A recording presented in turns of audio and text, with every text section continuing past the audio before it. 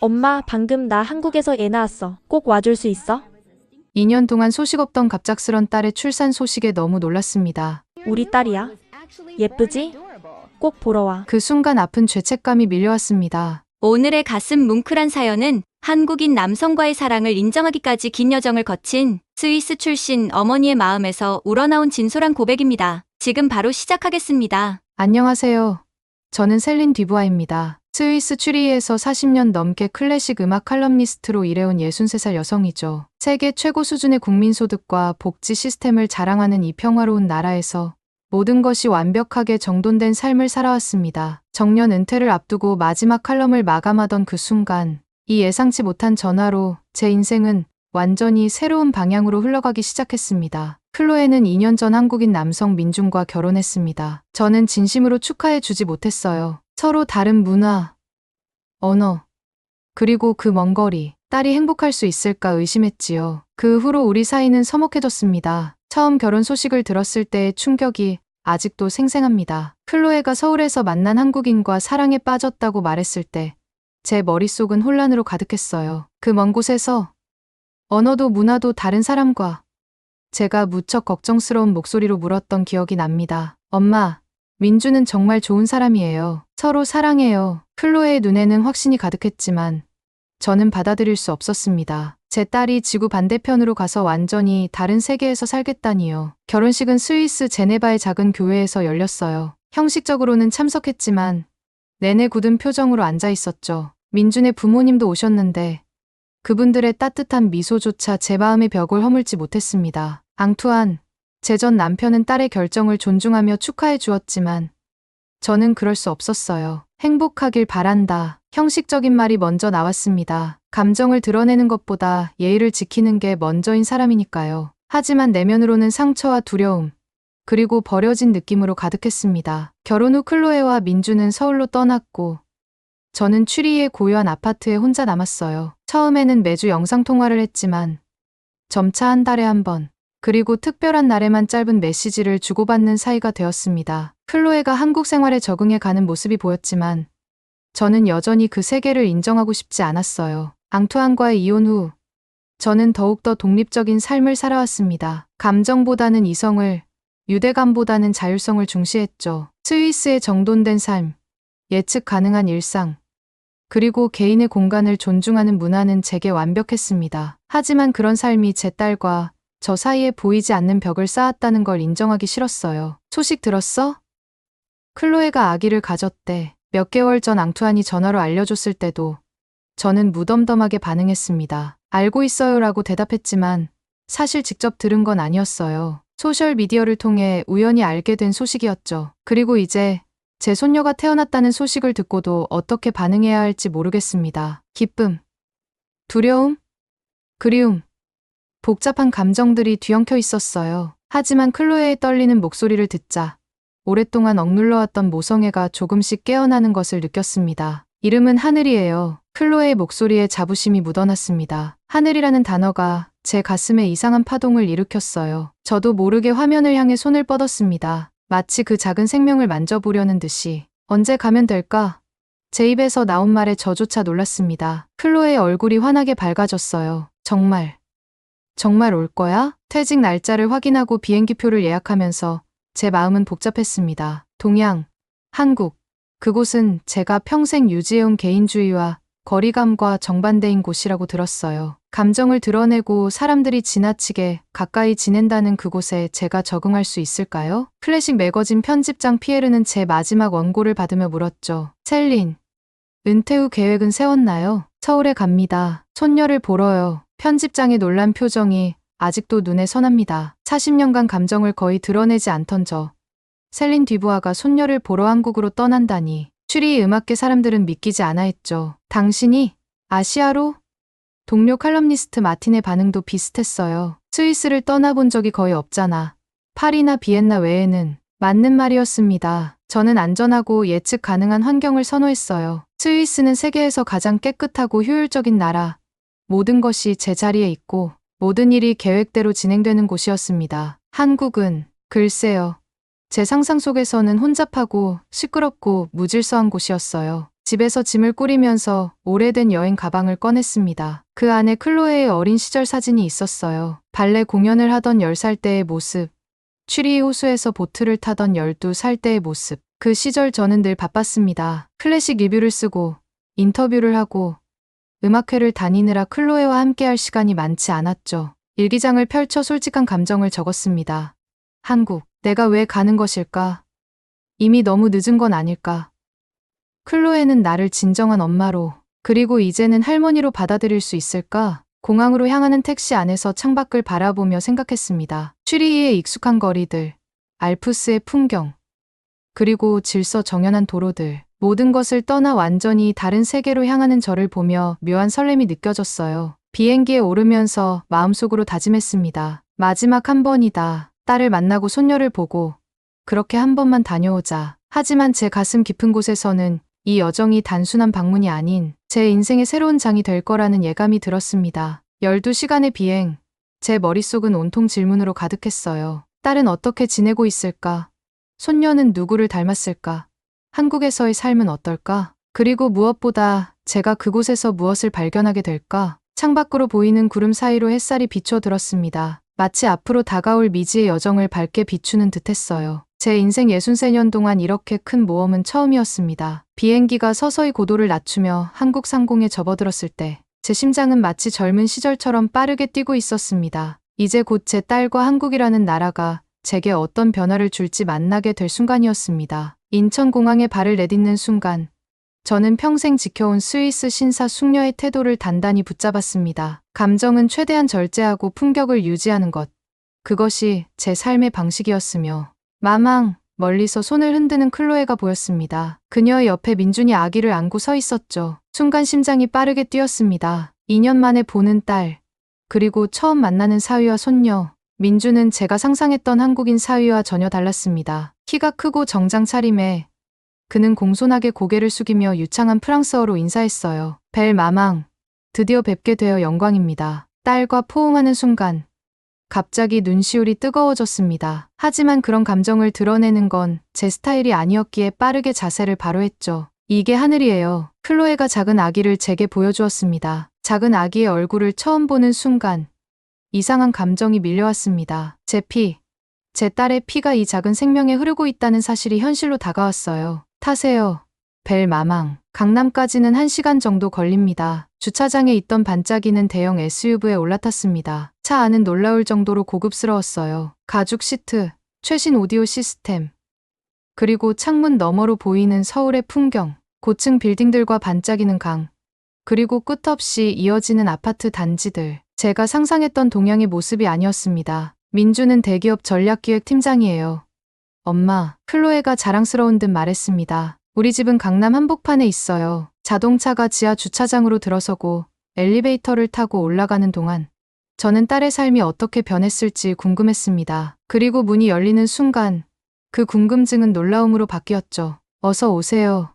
벨 마망. 넓은 현관, 반짝이는 대리석 바닥, 그리고 통유리창 너머로 보이는 서울의 전경. 이것이 제 딸의 집이었습니다. 구두를 벗고 들어가는 문화는 알고 있었지만 직접 경험하니 조금 어색했어요. 객실로 들어서자 놀라움은 더욱 커졌습니다. 킹사이즈 침대, 드레싱룸, 그리고 호텔 스위트룸 같은 욕실. 벽에는 스마트홈 제어 패널이 있었고 버튼 하나로 모든 것이 작동되었습니다. 창문을 여시려면 이 버튼을 누르시면 됩니다. 조명, 온도, 커튼, 음악까지 모두 자동으로 제어돼요. 순간 제 마음에 이상한 감정이 일었습니다. 부러움, 충격, 아니면 자부심. 제 딸이 이렇게 안정된 삶을 살고 있다는 사실이 기뻤지만 동시에 당황스러웠어요. 제가 상상했던 동양에서의 고생과 너무 달랐으니까요. 저녁 식탁에 놓인 음식들을 보고 또 한 번 놀랐습니다. 붉은색 갈비찜, 다양한 나물들, 김이 모락모락 나는 국, 그리고 더 놀라운 건 이 모든 것을 사위가 준비했다는 사실이었어요. 벨 마망을 위해 준비했습니다. 한국 전통 음식이에요. 사위의 말에 저는 당황했습니다. 이렇게까지 할 필요는 없었는데 식사를 하는 동안 저는 제 고정관념이 하나둘 무너지는 것을 느꼈습니다. 스위스에서는 상상도 할 수 없는 광경이었어요. 남자가 이렇게 가정적이라니. 그것도 대기업 임원이. 창밖으로 스며드는 아침 햇살에 눈을 떴습니다. 순간 제가 어디 있는지 혼란스러웠어요. 낯선 침대, 낯선 방, 그리고 창밖으로 보이는 한글 간판들이 저를 현실로 끌어당겼습니다. 그래요. 저는 서울에 있었죠. 벨 마망. 아침 식사 준비됐습니다. 문 밖에서 들리는 사위의 목소리에 서둘러 옷을 갈아입었습니다. 스위스에서라면 상상도 할 수 없는 일이었어요. 아침부터 누군가가 제 방문을 두드린다는 것은 엄청난 신뢰니까요. 개인의 공간과 시간은 절대적으로 존중받아야 하는 것이었습니다. 거실로 나가자 테이블 위에 차려진 아침 식사가 놀라웠어요. 스위스식 토스트와 계란이 아닌 갓 지은 밥과 국, 그리고 여러 가지 작은 반찬들이 가득했습니다. 이 모든 게 아침부터 준비된다는 사실이 믿기지 않았어요. 엄마, 오늘은 아파트 단지 산책 어때요? 날씨가 정말 좋아요. 클로에의 제안에 고개를 끄덕였습니다. 복도를 지나는데 갑자기 이웃 주민이 인사를 건넸어요. 아, 클로에 씨, 어머님이시죠? 스위스에서 오셨다고 들었어요. 환영합니다. 순간 등골이 서늘해졌어요. 더 놀라운 건 그분이 유창한 영어로 말을 걸어왔다는 점이었어요. 취리히에서라면 이웃과 이렇게 친밀하게 대화하는 일은 15년을 살아도 없었을 겁니다. 엘리베이터에서 만난 또 다른 주민도 마찬가지였어요. 아, 민준 씨.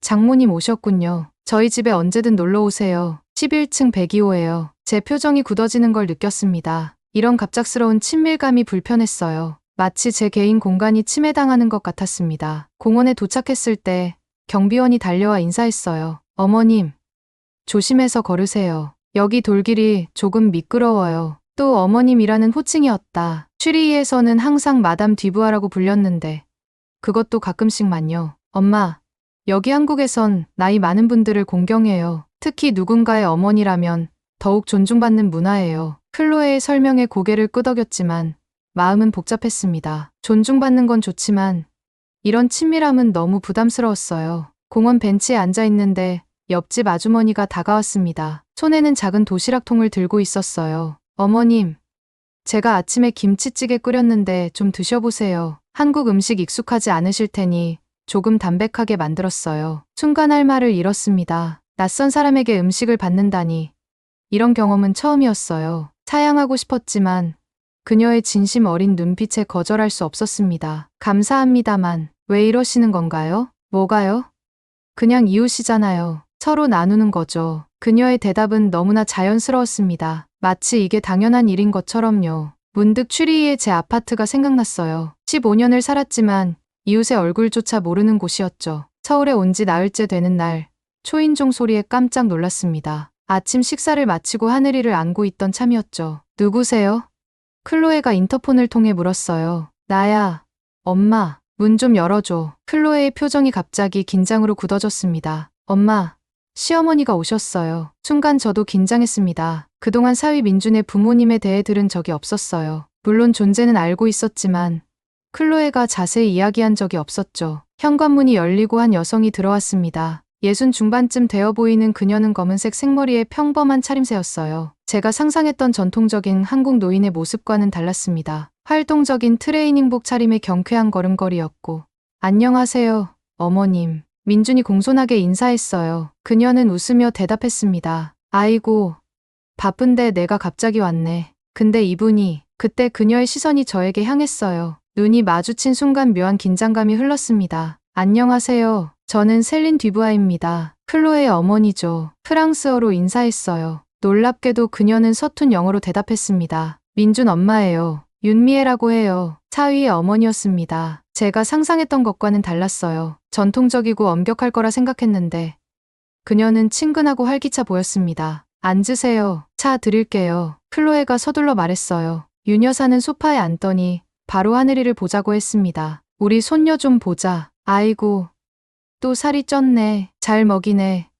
우리 며느리가. 그녀의 말투는 투박했지만 눈빛은 따뜻했어요. 하늘이를 품에 안는 모습에서 깊은 애정이 느껴졌습니다. 셀린 씨, 스위스에서 오셨다면서요? 비행기 타고 오느라 힘드셨죠? 윤 여사가 제게 말을 걸었어요. 네, 조금요. 간결하게 대답했습니다. 낯선 사람과 깊은 대화를 나누는 것은 제 스타일이 아니었으니까요. 그런데 윤 여사는 제 태도에 아랑곳하지 않고 계속 말을 이어갔습니다. 우리 민준이가 잘하고 있죠. 첫 아이라 많이 서툴러요. 저도 민준이 낳고 한 달 동안 어떻게 지냈는지 모르겠더라고요. 이런 사적인 이야기를 처음 만난 사람에게 하는 것이 너무 당황스러웠습니다. 하지만 그녀의 솔직함에는 이상한 매력이 있었어요. 오후가 되자 윤 여사가 큰 보자기를 풀기 시작했습니다. 그 안에는 각종 반찬통이 가득했어요. 이건 제가 직접 담근 김치예요. 이건 두부조림. 이건 소고기 장조림. 셀린 씨, 드셔보세요. 이 모든 음식을 저를 위해 준비했다니 어떻게 반응해야 할지 몰랐습니다. 취리히에서라면 상상도 할 수 없는 일이었어요. 이제 우리가 같은 손주를 보는 할머니네요. 윤 여사의 말에 순간 가슴이 따뜻해졌습니다. 문화도, 언어도, 배경도 다르지만 우리는 같은 손녀를 사랑하는 할머니라는 사실, 그 단순하면서도 강력한 연결고리가 갑자기 와닿았어요. 아침 일찍 울리는 아기 울음소리에 눈을 떴습니다. 시계를 보니 겨우 새벽 5시. 피곤함에 몸을 뒤척이는데 복도에서 발소리가 들렸어요. 호기심에 문을 살짝 열어보니 사위 민준이 아기를 안고 부엌으로 향하고 있었습니다. 침대로 돌아가려다 문득 궁금증이 생겼어요. 조용히 따라가 보니 민준은 능숙하게 분유를 타서 하늘이에게 먹이고 있었습니다. 놀라운 광경이었죠. 벨 마망, 일어나셨어요? 하늘이가 시끄럽게 해서 깨우진 않았나 걱정했어요. 아니, 괜찮아요. 대답하며 자연스럽게 물었습니다. 매일 이렇게 일찍 일어나나요? 네. 아침은 제가 담당하고 있어요. 클로에는 밤중 수유를 하니까요. 스위스에서도 이렇게 하는 남자는 드물어요. 특히 민준처럼 바쁜 직장인이라면 더욱 그렇죠. 회사는 어떻게 하시나요? 아침에 이렇게 늦게 출근해도 괜찮은가요? 민준이 웃으며 대답했습니다. 요즘은 재택근무가 많아졌어요. 오늘도 오전엔 집에서 화상회의 할 예정이에요. 그 말을 증명하듯 몇 시간 후 민준은 서재에서 노트북을 펴고 회의를 시작했어요. 문이 살짝 열려 있어 들어보니 그는 유창하게 발표를 이어가고 있었습니다. 그러다 하늘이가 울자 잠시 양해를 구하고 아기를 안아달라는 모습이 보였어요. 스위스에서도 이렇게 일하나요? 벨 마망? 회의를 마친 민준이 물었습니다. 아니, 스위스에선 훨씬 더 형식적이에요. 특히 남자들은 거의 육아에 참여하지 않죠. 그 순간 딸 클로에가 웃으며 말했어요. 엄마, 한국도 완벽하진 않아요. 민준이 특별한 케이스라고 보면 돼요. 하지만 요즘 젊은 세대는 많이 바뀌고 있어요. 오후에는 하늘이와 단둘이 있는 시간이 생겼습니다. 처음엔 어색했지만 작은 손가락이 제 손을 꼭 쥐는 순간 이상한 감정이 밀려왔어요. 제 딸이 아기였을 때가 떠올랐습니다. 그때 저는 일에 너무 바빠서 이런 소소한 순간들을 많이 놓쳤었는데 할머니가 너무 늦게 와서 미안하구나. 하늘아, 혼잣말처럼 중얼거렸습니다. 문득 현관 초인종이 울렸어요. 문을 열자 낯선 젊은 여성이 서 있었습니다. 안녕하세요. 벨 마망. 저는 지연이에요. 민준 동생이죠. 사위의 여동생이었어요. 가득 음식 재료를 들고 왔더군요. 오빠가 일이 생겨서 제가 대신 왔어요. 오늘 저녁 같이 만들어 먹으려고요. 지연은 주방에서 요리를 시작했습니다. 저도 자연스럽게 돕게 되었어요. 음식을 만들며 대화가 이어졌습니다. 벨 마망은 일하셨어요? 지연이 물었습니다. 네. 클래식 음악 칼럼니스트였어요. 지금은 은퇴를 앞두고 있죠. 멋있네요.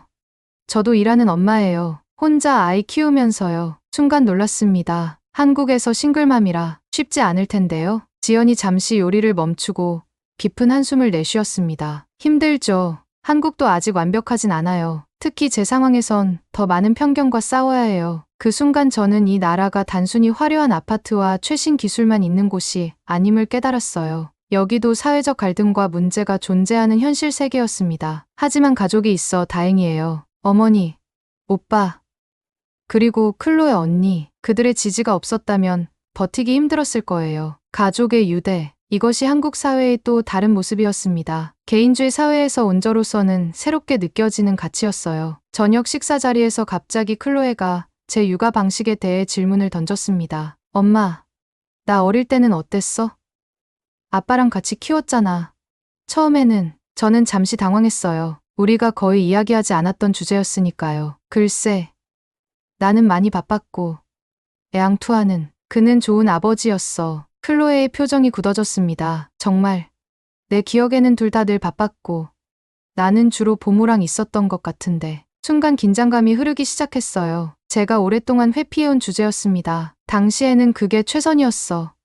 클로에, 커리어와 가정을 모두 유지하는 게 쉽지 않았단다. 그래서 내가 민준을 만났을 때 그렇게 반대했던 거야?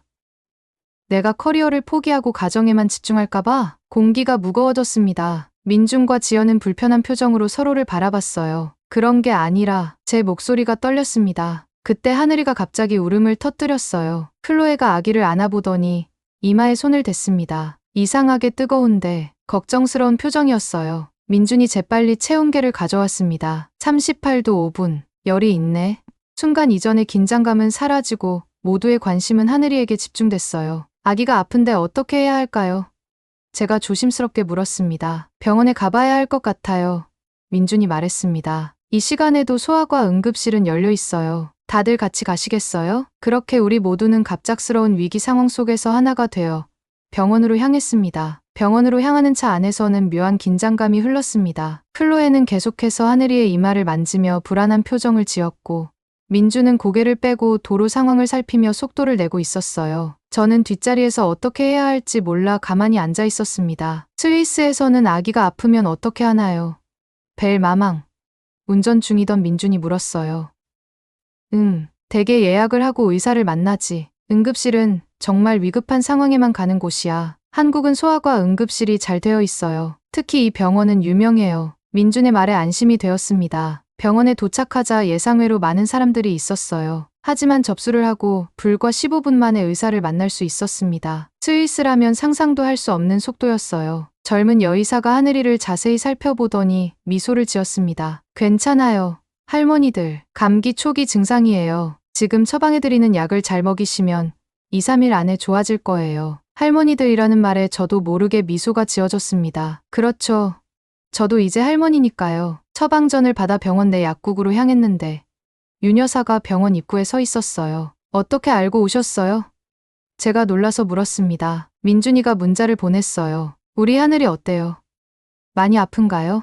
윤 여사의 얼굴에는 진심 어린 걱정이 담겨 있었습니다. 스위스에서라면 이렇게 갑자기 달려오는 시어머니는 상상하기 어려웠어요. 약을 받고 집으로 돌아가는 길, 윤 여사가 제안했습니다. 하늘이가 밤에 열이 더 오를 수 있으니 제가 오늘 밤 같이 있을게요. 우리 교대로 돌봐요. 클로에가 고개를 저었어요. 어머님, 괜찮아요. 저희가 볼 수 있어요. 하지만 윤 여사는 고집을 꺾지 않았습니다. 아이 첫 병간호는 힘들어. 경험자의 조언이 필요해. 그날 밤, 하늘이의 방에서는 3명의 여성이 교대로 아기를 돌봤습니다. 윤 여사는 전통적인 방법으로 미지근한 물수건으로 열을 내리고 클로에는 의사가 준 약을 시간 맞춰 먹이고 저는 그저 옆에서 어떻게든 도울 방법을 찾고 있었어요. 자정이 넘어 하늘이가 잠시 잠든 사이 윤 여사와 저는 거실에 앉아 차를 마셨습니다. 셀린 씨는 클로에가 어릴 때 아플 때 어떻게 했어요? 윤 여사가 물었습니다. 순간 부끄러움이 밀려왔어요.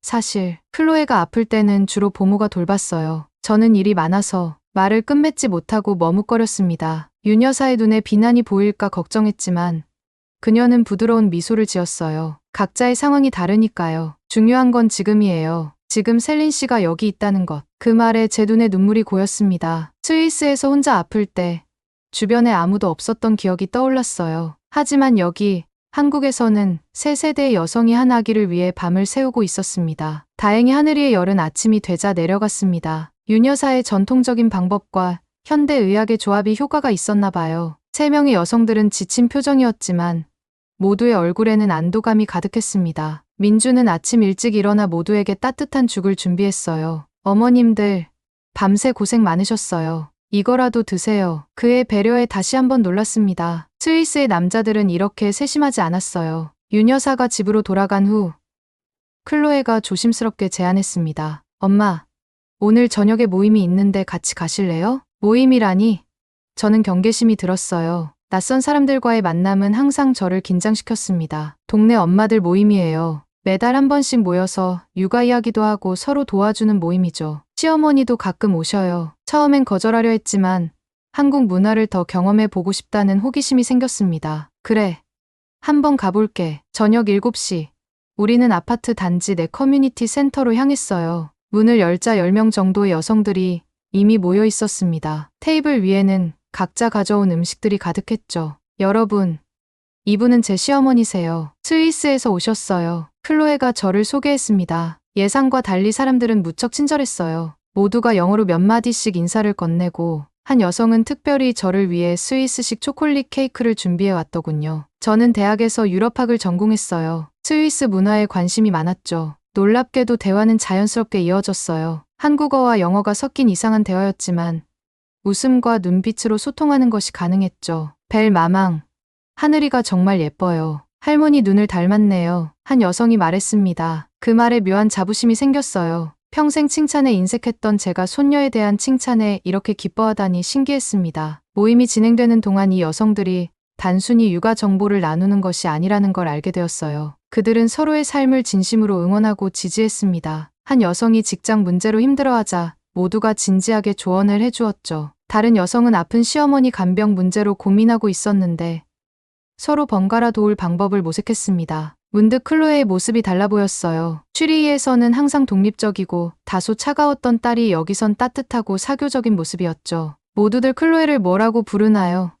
제가 물었습니다. 옆에 있던 여성이 웃으며 대답했어요. 보통은 하늘이 엄마라고 불러요. 아이 이름으로 부르는 게 우리 문화예요. 클로에가 말했습니다. 엄마, 여기선 내 이름보다 하늘이 엄마라고 더 자주 불려요. 순간 이상한 감정이 밀려왔어요. 개인의 정체성이 자녀를 통해 재정이 되는 문화. 스위스에선 상상도 할 수 없는 일이었습니다. 하지만 그 안에는 이상한 따뜻함이 있었어요. 그건 참 이상한 동시에 따뜻한 일이네요. 솔직하게 말했습니다. 모임이 끝나갈 무렵 윤여사도 합류했어요. 그녀와 다른 어머니들이 자연스럽게 어울리는 모습이 인상적이었습니다. 세대 차이가 느껴지지 않았어요. 어머님들께 인사드려야죠. 윤여사가 저를 여러 어머니들에게 소개했습니다. 이분은 하늘이의 다른 할머니예요. 스위스에서 오셨어요. 하늘이의 다른 할머니. 그 호칭에 묘한 소속감이 느껴졌습니다. 저는 더 이상 스위스에서 온 셀린이 아니라 하늘이의 할머니였어요. 그것이 불편하지 않았습니다. 다음 날 아침, 클로에가 제안했어요. 엄마, 한강 산책 좀 할까요? 둘이서요. 한강은 서울을 가로지르는 큰 강이라고 들었어요. 우리는 택시를 타고 한강공원으로 향했습니다. 오랜만에 딸과 단둘이 시간을 보내는 거라 조금 긴장되었어요. 공원에 도착하자 많은 사람들이 자전거를 타거나 달리기를 하고 있었습니다. 우리는 강가를 따라 천천히 걸었어요. 엄마, 여기서의 내 삶이 궁금하지 않아요? 클로에가 먼저 입을 열었습니다. 물론이지. 하지만 내가 이야기하고 싶을 때 들으려고 했어. 저는 처음엔 많이 힘들었어요. 언어도 다르고 문화도 다르고 특히 민준 부모님과의 관계가 어려웠죠. 클로에의 솔직한 이야기에 저는 깊이 귀를 기울였습니다. 하지만 점차 적응했어요. 윤 여사가 많이 도와주셨어요. 처음엔 무서웠는데 알고 보니 정말 따뜻한 분이셨죠. 그리고 민준은 엄마, 그는 정말 좋은 사람이에요. 그래.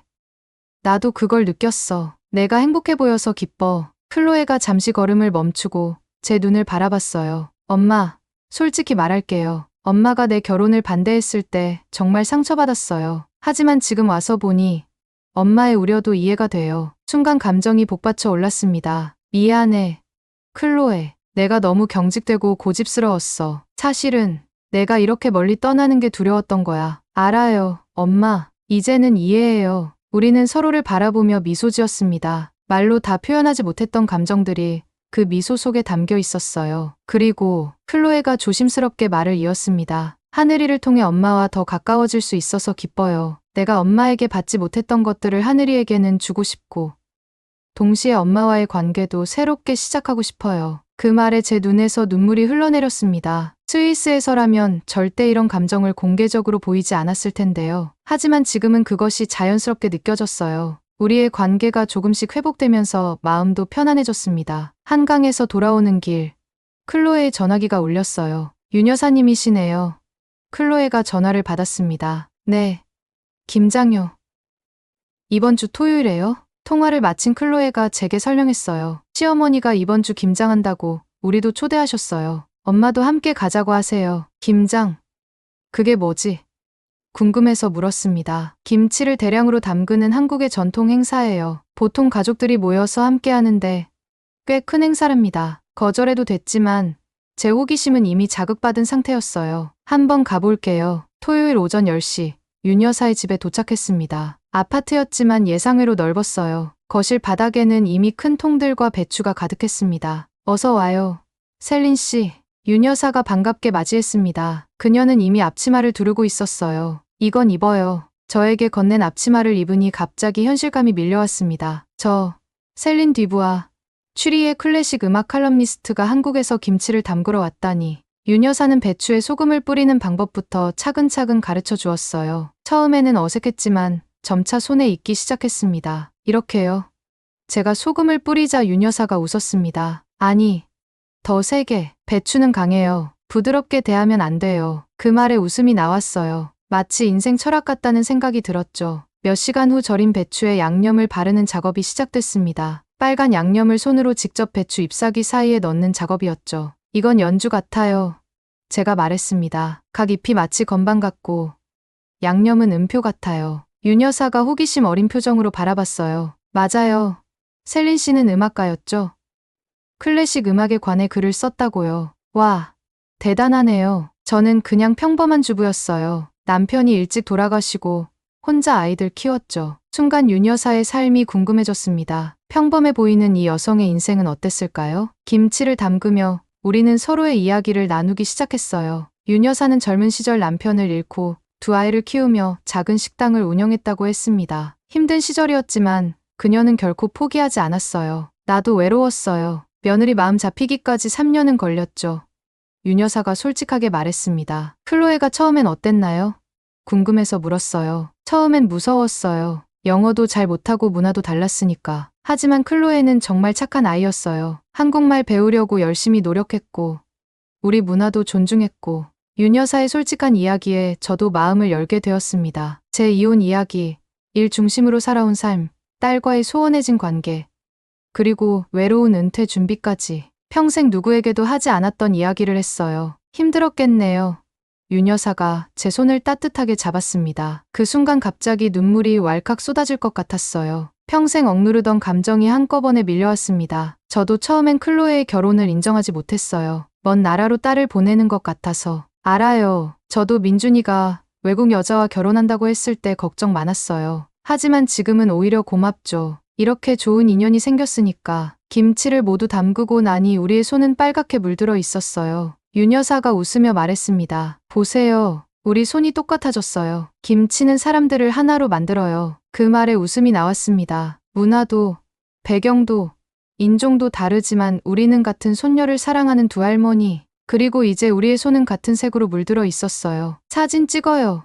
윤 여사가 제안했습니다. 처음으로 우리는 나란히 서서 사진을 찍었어요. 빨갛게 물든 손을 들고 김치통 앞에서 환하게 웃는 두 할머니의 모습. 집으로 돌아가는 길. 가슴속에 이상한 따뜻함이 남았습니다. 마치 오랜 얼음이 녹아내리는 것 같은 느낌이었어요. 평생 감정을 드러내지 않고 살아온 저에게 오늘의 경험은 예상치 못한 해방감을 주었습니다. 클로에가 놀란 표정으로 물었어요. 엄마, 재밌었어요? 손이 다 빨개졌네. 응. 정말 특별한 경험이었어. 솔직하게 대답했습니다. 윤 여사는 정말 대단한 분이야. 다음 날, 민준이 제안했습니다. 벨 마망. 오늘은 제가 서울 구경을 시켜드릴게요. 클로에는 하늘이 돌봐야 하니 우리 둘이 가요. 사위와 단둘이 도시 탐험이라. 조금 긴장되었지만 서울에 대해 더 알고 싶다는 호기심이 앞섰습니다. 우리는 먼저 경복궁을 방문했어요. 웅장한 전통 건축물 앞에서 민준이 역사에 대해 설명해 주었습니다. 이 궁전은 조선 왕조 시대에 지어진 거예요. 한국 역사의 중심이죠. 스위스의 성과는 전혀 다른 건축 양식에 감탄했습니다. 화려한 색상의 목조 건물, 곡선미가 돋보이는 지붕. 이전에는 본 적 없는 아름다움이었어요. 한국 역사에 대해 많이 아시네요.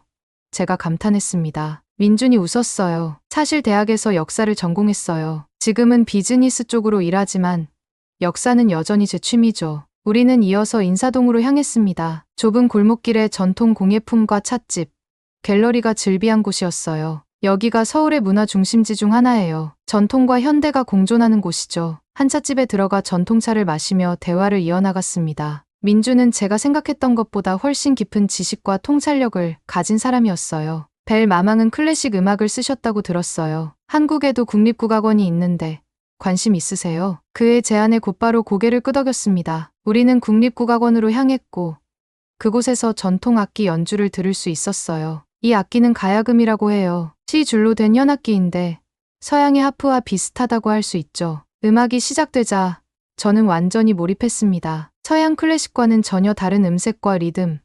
하지만 그 속에서도 보편적인 아름다움을 느낄 수 있었어요. 이런 음악을 들어본 적이 없어요. 정말 매력적이네요. 공연이 끝난 후 진심으로 말했습니다. 마지막으로 우리는 남산타워로 향했습니다. 엘리베이터를 타고 전망대에 오르자 서울의 파노라마가 눈앞에 펼쳐졌어요. 저기가 강남이에요. 우리 집이 있는 곳이죠. 저쪽으로는 한강이 보이고 민준의 설명을 들으며 이 거대한 도시를 내려다보니 추리와는 다른 매력이 느껴졌습니다. 산으로 둘러싸인 모던한 도시.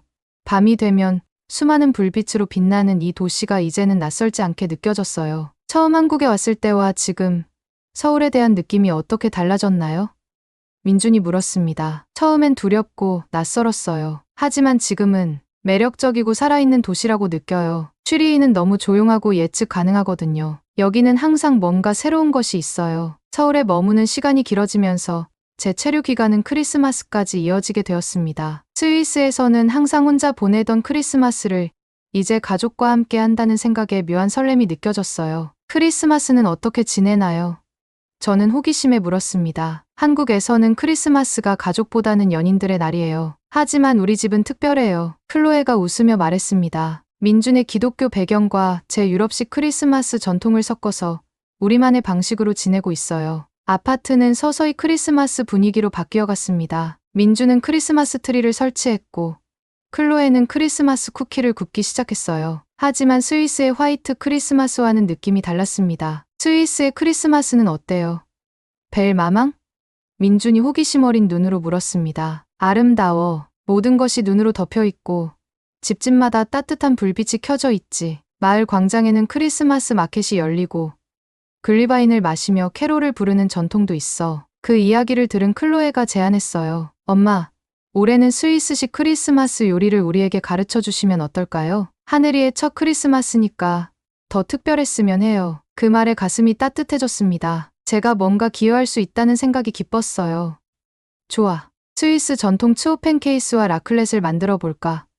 재료를 구할 수 있을지 모르겠지만 걱정 마세요. 서울에서 못 구하는 재료는 없어요. 민준이 자신있게 말했습니다. 그날 밤부터 저는 스위스 요리책을 찾아보기 시작했어요. 오래전 요리했던 기억을 더듬으며 레시피를 정리했습니다. 다음 날 민준과 함께 특수 식재료점을 찾아다니며 스위스 치즈와 와인을 구했어요. 하늘이에게는 특별한 선물을 준비하고 싶었습니다. 취리히에 있을 때 자주 가던 인형 가게가 생각났어요. 온라인으로 주문해서 크리스마스 전에 받을 수 있을까?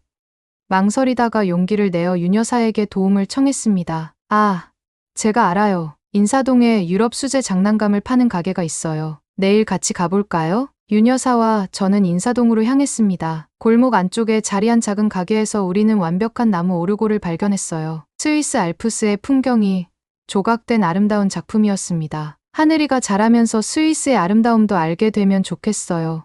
윤여사가 말했습니다. 저녁이면 저는 하늘이에게 스위스 크리스마스 동화를 들려주었어요. 알프스 산맥의 요정들, 산타클로스가 썰매를 타고 오는 이야기. 비록 하늘이는 아직 이해하지 못하겠지만 언젠가 이런 이야기들이 그녀의 마음속에 남아있기를 바랐습니다. 클로에가 저를 보며 미소 지었어요. 엄마, 정말 달라졌어요. 이렇게 하늘이에게 이야기해주는 모습을 상상해본 적 없었는데 나도 그래. 클로에, 사람은 변하는 법이지. 비록 늦었지만 크리스마스 날 우리 가족은 스위스식과 한국식이 어우러진 특별한 저녁 식사를 즐겼습니다. 제가 만든 치즈 퐁듀와 윤여사가 준비한 갈비, 클로에의 크리스마스 쿠키와 민준이 선택한 와인까지 모든 것이 완벽했어요. 하지만 행복한 시간은 빠르게 지나갔습니다. 새해가 다가오면서 추리히로 돌아가야 한다는 현실이 눈앞에 다가왔어요. 원래는 2주일 정도만 머물 예정이었는데 어느새 한 달 반이 지나 있었습니다. 정말 가야 해요? 클로에가 아쉬운 표정으로 물었습니다. 조금 더 계시다가 돌아가야 할 시간이야. 클로에, 추리히의 집도 관리해야 하고 은퇴 후 일들도 정리해야 해. 비록 마음은 더 머물고 싶었지만 현실적인 문제들이 기다리고 있었습니다. 민준이 제 귀국 비행기를 예약해 주었어요. 2월 초에 오실 수 있죠? 하늘이 100일 잔치가 있거든요. 100일 잔치? 아기의 100일을 축하하는 한국 전통 행사예요. 아이가 태어나서 100일 동안 잘 자란 것을 축하하고 앞으로의 건강을 기원하는 의미가 있어요. 그 말에 가슴이 따뜻해졌습니다. 꼭 올게. 떠나기 전날 밤, 민준과 클로에는 작은 송별회를 준비했어요. 윤여사도 참석했고 심지어 민준의 여동생 지연도 아이를 데리고 왔습니다. 이렇게 자주 뵙게 될 줄 몰랐는데 벌써 떠나신다니 아쉽네요. 지연이 말했습니다. 저녁 식사 후 윤여사가 조심스럽게 작은 상자를 꺼냈어요. 셀린 씨, 이건 제가 딸에게 주려고 준비했던 건데 셀린 씨에게 드리고 싶어요. 상자를 열자 아름다운 놀이개가 들어있었습니다. 전통 한복에 다는 장신구라고 들었어요. 이건 행운과 장수를 상징하는 놀이개예요. 추리이에 가서도 서울을 기억하길 바라요. 선물을 받으며 눈시울이 뜨거워졌습니다. 평생 감정을 억제하며 살아온 제가 요즘은 이렇게 쉽게 감동을 받다니 놀라웠어요. 감사합니다. 윤 여사님. 정말 소중히 할게요. 우리는 짧게 포옹했고 표현하기 어려운 유대감이 그 포옹 속에 담겨 있었어요. 다음 날 아침 모두가 공항으로 배웅을 나왔습니다. 하늘이는 민준이 안고 있었고 클로에와 윤 여사는 제 양쪽에 서 있었어요. 엄마, 꼭 100일 잔치에 오세요. 약속하셨잖아요. 물론이지. 꼭 올게. 윤 여사가 제 손을 꼭 잡았습니다. 따님 걱정 마세요. 제가 잘 챙길게요. 그리고 셀린 씨도 건강하게 지내세요. 보안 검색대로 향하기 전 하늘이에게 마지막 키스를 했어요. 작은 손이 제 뺨을 만지는 느낌이 너무 사랑스러웠습니다. 잘 자라거라. 내 사랑. 할머니가 곧 또 볼게. 비행기에 오르며 창밖으로 손을 흔드는 가족들을 바라보았습니다. 제 마음의 일부를 이곳에 남겨두고 가는 기분이었어요. 비행기가 추리이 공항에 착륙했을 때 익숙한 풍경이 창밖으로 보였습니다. 하얀 눈으로 뒤덮인 알프스 산맥, 정돈된 건물들, 그리고 청명한 하늘. 하지만 이상하게도 마음 한구석이 허전했어요. 택시를 타고 집으로 향하는 길. 운전사가 물었습니다. 여행 다녀오셨나요? 네. 한국에 다녀왔어요. 한국이요? 멀리 다녀오셨네요. 어땠습니까? 순간 말문이 막혔습니다. 한국에서의 경험을 어떻게 짧게 설명할 수 있을까요? 놀라웠어요. 제가 알던 것과 완전히 달랐죠. 제 아파트 문을 열자 모든 것이 그대로였습니다. 깔끔하게 정돈된 가구, 벽에 걸린 클래식 음악가들의 초상화, 창밖으로 보이는 추리의 호수. 하지만 이제는 왠지 차갑고 고요하게 느껴졌어요. 가방을 풀면서 윤 여사가 싸준 김치통이 보였습니다. 조심스럽게 열어보니 아직도 신선했어요. 문득 용기가 생겼습니다. 주방으로 가서 냄비를 꺼내고 인터넷으로 된장찌개 레시피를 검색했어요. 처음 해보는 요리였지만 서울에서 배운 자신감이 있었습니다. 서툴지만 정성껏 된장찌개를 만들고 핸드폰으로 사진을 찍었어요. 클로에에게 메시지를 보냈습니다. 다음엔 내가 된장찌개 만들어줄게. 지금은 좀 서툴지만 다음에 내가 가르쳐 주면 되겠지. 하늘이에게 할머니가 많이 보고 싶다고 전해줘. 다음 날 오랜 친구 마리앤이 방문했습니다. 그녀는 제가 한국에 간다고 했을 때 가장 놀랐던 사람 중 하나였어요. 셀린. 어머나.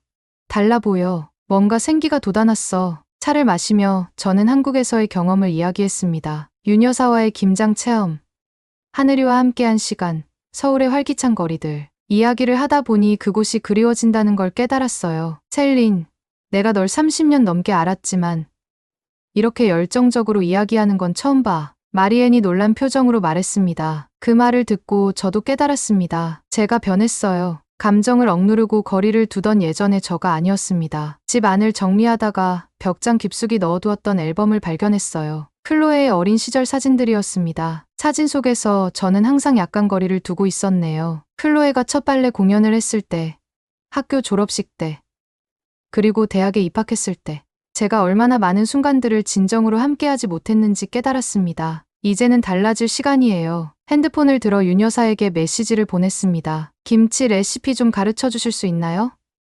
다음에 방문할 때 제대로 배우고 싶어요. 일주일 후, 저는 공식적으로 클래식 음악 매거진에서 은퇴했습니다. 작은 송별회가 열렸고, 동료들은 제가 한국에서 가져온 김치와 제가 직접 만든 한국식 전을 맛보며 놀라워했어요. 셀린, 은퇴 후 계획은 뭐예요? 전 편집장 피에르가 물었습니다. 글쎄요.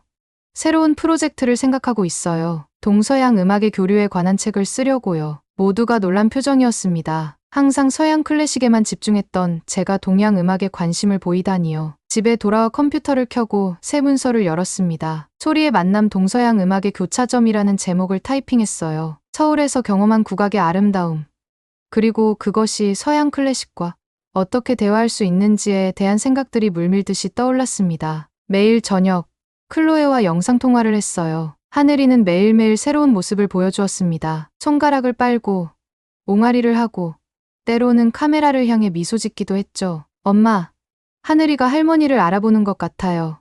클로에가 기뻐했습니다. 정말. 그럴 리가. 하지만 내가 다시 갈 때까지 잘 자라라고 말해줘. 한국 문화에 대한 호기심은 점점 커졌습니다. 추리이의 한국문화원을 찾아갔어요. 그곳에서 한국어 입문 강좌가 있다는 걸 알게 되었죠. 안녕하세요. 첫 수업에서 인사를 배우며 어색하게 발음해 보았습니다. 저와 비슷한 나이대의 스위스 사람들도 여럿 있었어요. 모두 각자의 이유로 한국어를 배우고 있었죠. 제 손녀가 한국에 있어요. 자기소개 시간에 말했습니다. 그 말을 하는 순간 가슴이 뭉클해졌어요. 윤 여사와는 정기적으로 메시지를 주고받았습니다. 처음에는 클로에가 통역을 도와주었지만 점차 우리만의 소통 방식이 생겼어요. 짧은 영어 문장과 이모티콘, 그리고 사진들. 윤 여사는 하늘이의 일상을 사진으로 공유해 주었고 저는 스위스의 아름다운 풍경을 보내드렸습니다. 셀린 씨, 100일 잔치 준비 시작했어요. 꼭 오세요. 윤 여사의 메시지에 웃음이 나왔어요. 저는 추리히 곳곳을 다니며 하늘이에게 줄 완벽한 선물을 찾았습니다. 결국 전통 스위스 음악 상자를 선택했어요. 열면 알프스의 멜로디가 흘러나오는 아름다운 보석함이었죠. 집에 돌아와 창밖을 바라보면서 생각했습니다. 과거에는 추리히의 정돈된 거리와 조용한 호수가 제게 평화를 주었어요. 하지만 이제는 서울의 활기찬 거리와 따뜻한 인간관계가 그리워졌습니다. 책상 위에는 놀이개가 놓여 있었어요. 윤 여사가 준 그 선물을 매일 보며 저는 제 인생의 새로운 장을 계획했습니다. 더 이상 과거에 묶여있지 않고 새로운 가능성을 향해 나아가는 셀린 디부아. 컴퓨터 앞에 앉아 100일 잔치 비행편을 예약하면서 웃음이 나왔습니다. 한 달 전만 해도 상상도 못했던 일이네요. 6달 후, 저는 다시 인천공항에 발을 내딛고 있었습니다. 이번에는 처음과 달리 설렘과 기대감이 가득했어요. 출구로 나오자 익숙한 얼굴들이 보였습니다. 클로에와 민준, 이제는 앉아있는 하늘이, 그리고 윤 여사까지 모두 환하게 웃으며 저를 기다리고 있었어요. 마망, 클로에가 달려와 안겼습니다. 할머니 왔다. 민준이 하늘이에게 속삭이는 소리가 들렸어요. 윤 여사와 눈이 마주치자 말없이 미소를 교환했습니다. 우리는 이제 말이 필요 없는 사이가 되었어요. 스위스의 정돈된 삶과 한국의 따뜻한 혼돈 사이에서 저는 마침내 제 자리를 찾았습니다. 가족은 피보다 마음으로 맺어지는 것임을 이제야 깨달았어요. 두 나라, 두 문화 사이에서 저는 새로운 정체성과 행복을 발견했습니다. 이게 인생의 끝이 아니라 또 다른 시작이었어요. 오늘 이야기 어떠셨나요? 한국을 매개체로 딸과 어머니의 감동적인 화해 그리고 동양과 서양, 전통과 현대, 그리고 무엇보다 인간과 인간 사이의 진정한 교감에 대한 이야기였습니다. 귀한 시간 함께 해주셔서 감사합니다. 오늘 하루도 행복한 하루 보내세요. 지금까지 코리아 원더풀이었습니다.